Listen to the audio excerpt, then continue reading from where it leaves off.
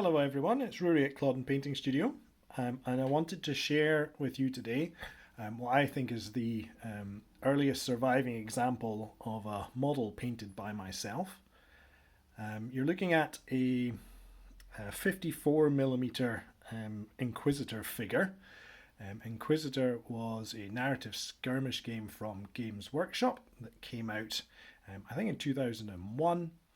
And I got this figure and another and the rulebook for Christmas when I was about 16, and converted him, did some rudimentary green stuffing, and made this figure.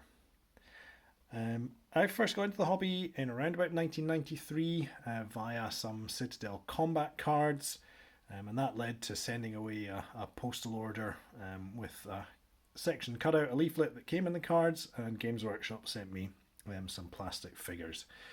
I started playing Warhammer 40,000 2nd edition, and then games like Necromunda and Battlefleet Gothic, Epic 40,000, then Epic Armageddon, and Inquisitor was really the mainstay of my hobby from the early 2000s through to the 2010s before I got into historical figures. This model is metal. I think the painting on it is acceptable for a teenager. As I was saying, the rudimentary green stuffing's not the best. The strap over the shoulder I made and then glued some metal icons on. His sword comes from a different figure. It's from the 1995 vintage Abaddon, the Despoiler Chaos Warlord model.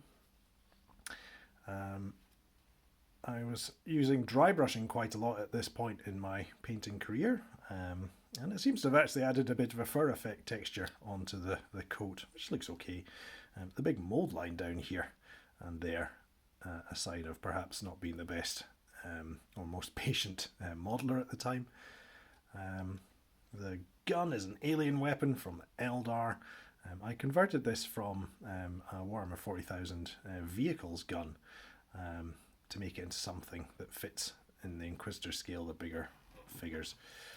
The handheld flamethrower as well. I think that's a cut down Warhammer 40,000 Imperial Guard flamethrower.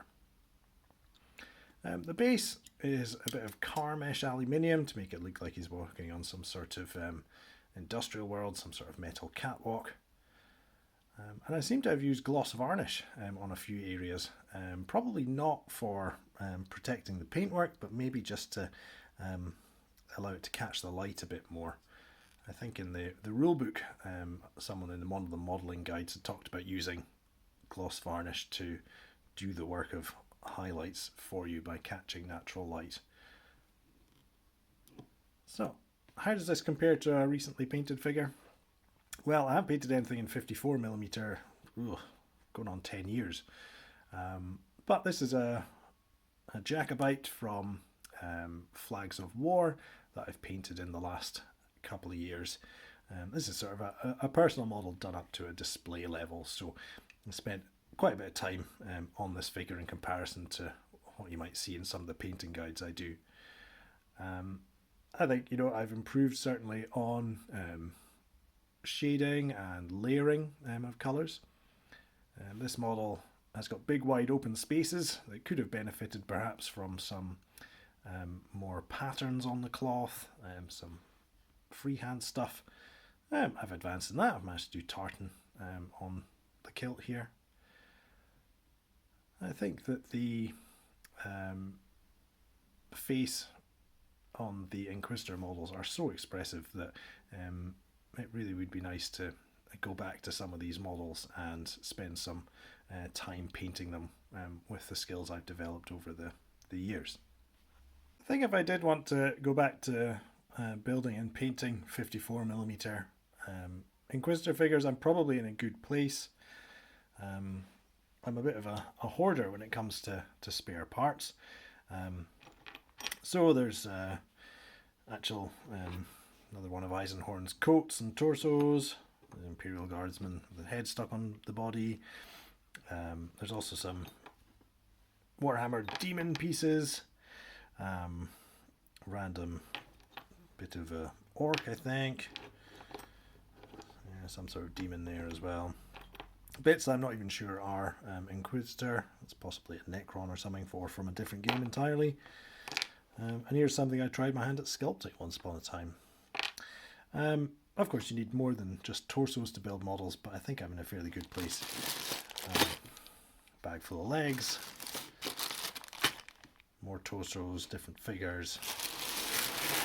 In fact, I have literal kilos of metal parts from the extensive Warhammer and ranges of the naughties. Lots of lead here. All those old parts are back in the box now. So here's a look at side by side with the figure painted in about 2001 and one part painted in 2024. I think it's always useful to look at where we started and where we're going with our painting abilities. I'd say I'm a bit disappointed that younger me got rid of all the models I painted when I was primary school age, because I think that would have made for an even more interesting comparison. You know, I've been painting over 30 years now, so it would be really good if I had the ability to get something from the dim and distant past as opposed to stuff from the turn of the millennium. If people are interested in seeing me paint some larger scale science fiction figures on the channel, then let me know in the comments below. And, you know, how about everybody else in the YouTube community finds their old models and shows them off, compares them to something new? It's a good way to reflect on how skills develop, and I think sometimes this hobby can seem a bit off-putting to newcomers who look at models that have been painted by people that have been doing it for literally decades and think there's no way they could achieve that. It's important to know that you have to start somewhere, and the first model you produce, it might not be award-winning, but you know, it's the first step on a journey towards getting a hobby that's nice and relaxing, allows you to be creative, and gives you something proud and something tangible you can be proud of and start a collection with. See you next time. Bye bye.